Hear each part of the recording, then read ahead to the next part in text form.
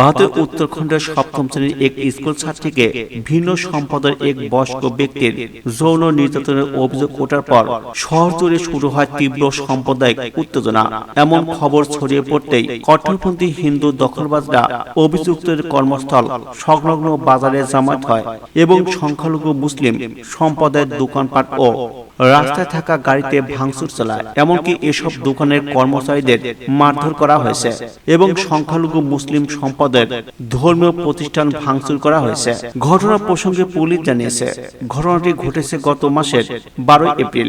ভুক্তভোগী ছাত্রীর মা উত্তরপ্রদেশের সম্বল জেলায় থাকেন এবং মেয়েটি নৈনিতালে এক আত্মীয় সঙ্গে থাকত।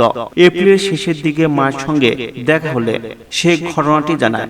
এরপর 30 এপ্রিল থানায় অভিযোগ দায়ের করে ওই ভুক্তভোগীর পরিবার। এদিকে অভিযুক্ত উসমানের বিরুদ্ধে অভিযোগ দায়েরের পর তাকে গ্রেপ্তার করে আদালতে পেশ করা হলে তাকে বিচার বিভাগীয় হেফাজতে পাঠানো হয়েছে।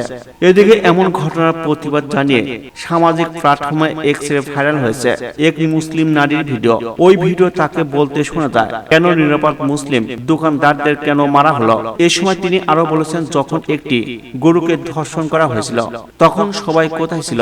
তখন তো কেউ ধর্মের কথা বলেনি।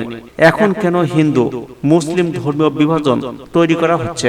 কেন একজন অপরাধীর অপরাধ ধর্মের উপর চাপিয়ে দিয়ে মুসলিমদের নির্যাতন করা হচ্ছে?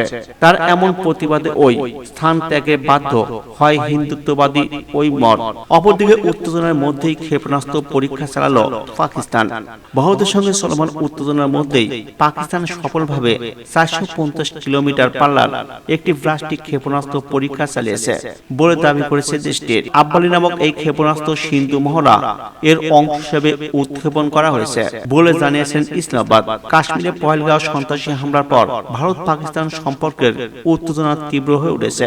এমন পরিস্থিতিতে পাকিস্তানে এই ক্ষেপণাস্ত্র পরীক্ষার একটি গুরুতর উস্কানি হিসেবে দেখা হচ্ছে বলে জানিয়েছেন ভারতীয় সরকারি সূত্র। এদিকে এক বিবৃতিতে পাকিস্তান সরকার বলছে, ক্ষেপণাস্ত্রের উৎক্ষেপণের লক্ষ্য ছিল সেনাবাহিনীর প্রস্তুতি যাচাই এবং ক্ষেপণাস্ত্রের উন্নত নীতি নির্ধারণ করা। এতে আরো বলা হয়েছে, এর সফল উৎক্ষেপণের মাধ্যমে প্রধানমন্ত্রী শাহবাজ শরীফ ও সামরিক বাহিনীর শীর্ষ কর্মকর্তা সেনাবাহিনীর প্রস্তুতি এবং প্রযুক্তিগত সক্ষমতার প্রতি পূর্ণ আস্থা প্রকাশ করেছেন।